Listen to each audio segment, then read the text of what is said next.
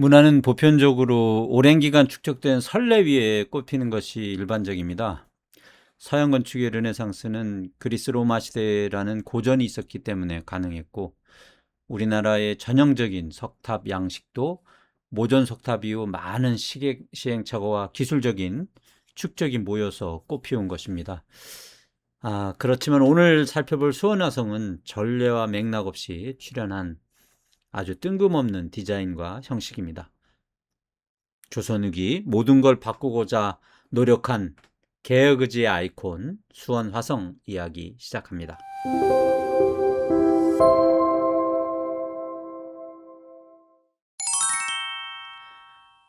수원 화성은 정조가 추구한 시대 정신과 개혁 의지에서 출발합니다. 임금도 눈치를 봐야 할 정도로 막강했던 노론 세력은 인조반정 이후 근 200년간 우리나라를 뒤흔든 무소불위의 권세를 부렸습니다.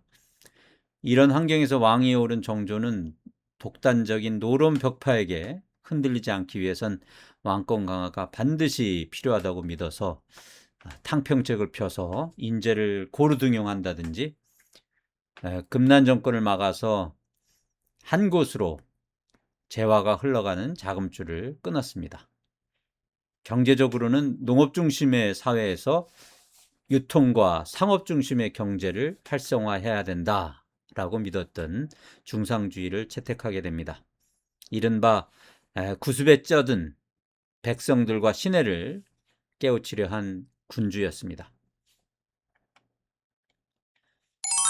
우리나라는 예로부터 산성의 나라라고 할 수 있습니다. 배후의 산성과 평시에 생활하는 읍성을 구축하고 전쟁이 나면 읍성을 버리고 산성에서 문을 걸고 농성하는 전술을 구사했습니다. 이런 산성과 읍성의 투트랙 전술은 멀리 고구려 때부터 이어져 온 우리나라 전통의 도시설계 기법이라고 볼 수 있습니다. 그러나 실학자들은 이 방식의 이의를 제기해서 전쟁이 나면 목숨은 건지겠지만 읍성의 많은 재산과 하드웨어가 철저히 파괴되는 그런 승리가 무슨 의미가 있냐라고 주장했습니다.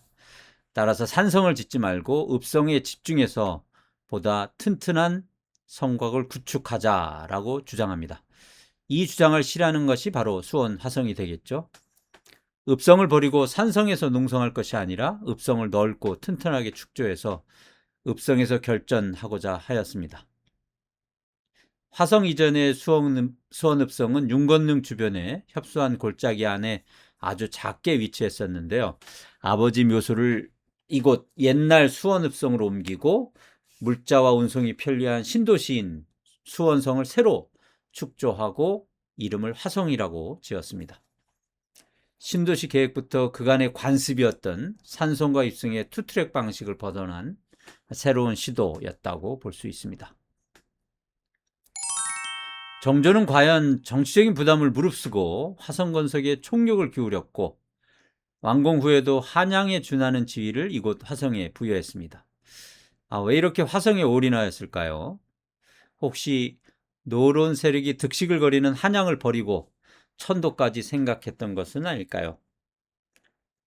정조가 40의 나이에 갑자기 죽는 바람에 그 속내는 정확히 알 수 없지만 결과적으로 천도까지 생각한 것은 아닌 것으로 보입니다.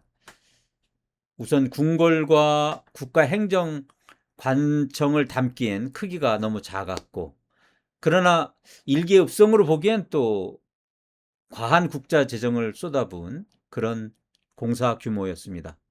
아마 새로운 상업도시 모델을 이곳 화성에서 제시하고픈 그런 의도였던 것으로 보입니다. 물류가 활발히 움직이는 상업도시가 피폐한 민생을 살릴 걸로 본 것 같습니다. 정조가 장수하면서 이런 구상을 차곡차곡 성공했다면 조선의 주력 산업이 변하면서 근대화도 자생적으로 싹텄을 것으로 생각됩니다. 건축은 사회 전반의 문화 역량이 망라되는 후행산업 성격이 강합니다. 좋은 건축 문화가 꽃피기 위해선 전조증세가 있어야 합니다.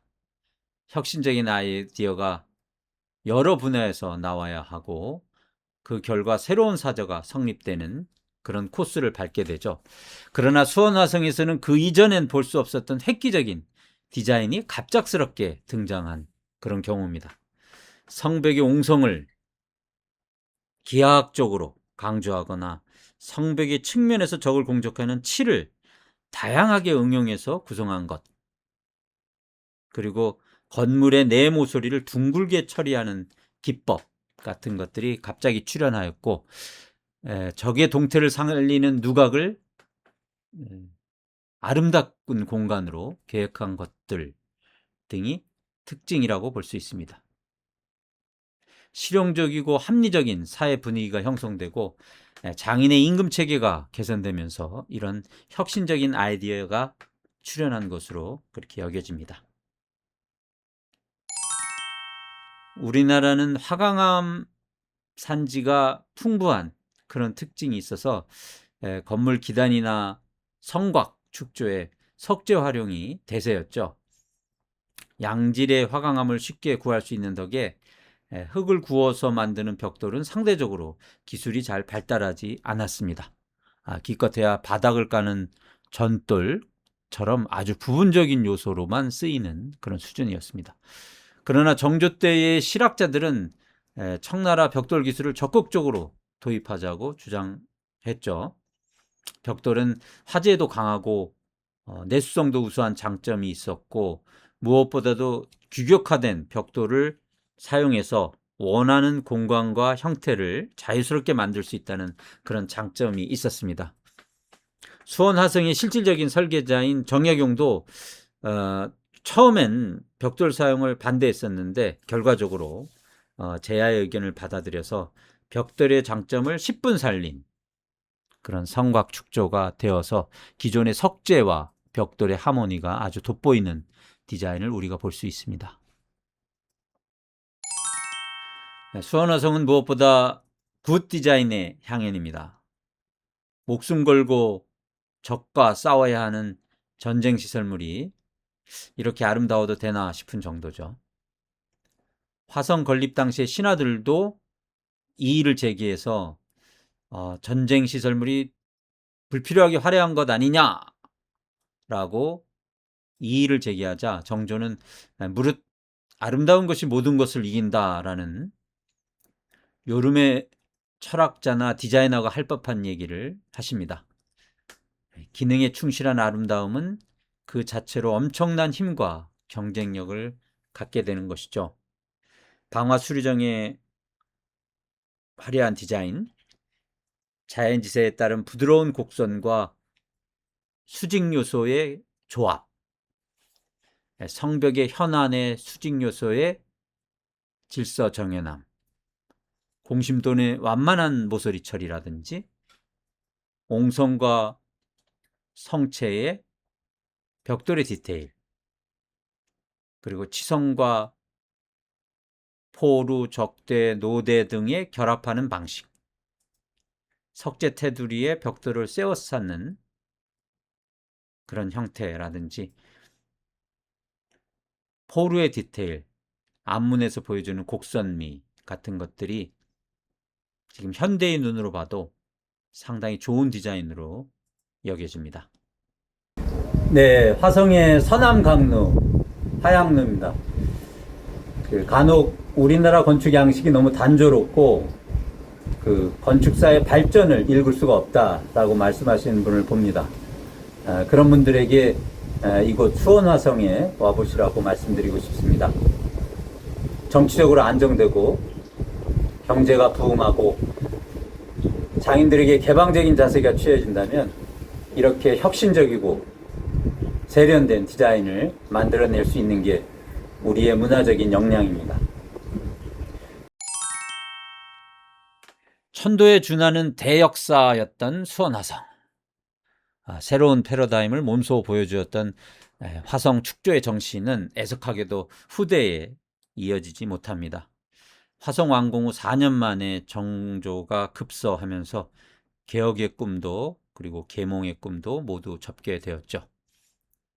새로운 시대를 열려는 활기는 사그러들었고 신선한 아이가 넘쳤던 학자와 기술자들은 설 자리를 잃어버렸습니다.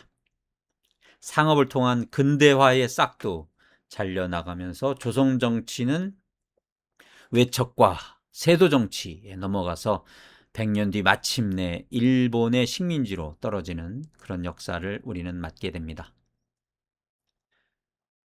오늘은 조선 후기 미완의 개혁을 담고 있는 수원화성을 함께 했습니다. 감사합니다.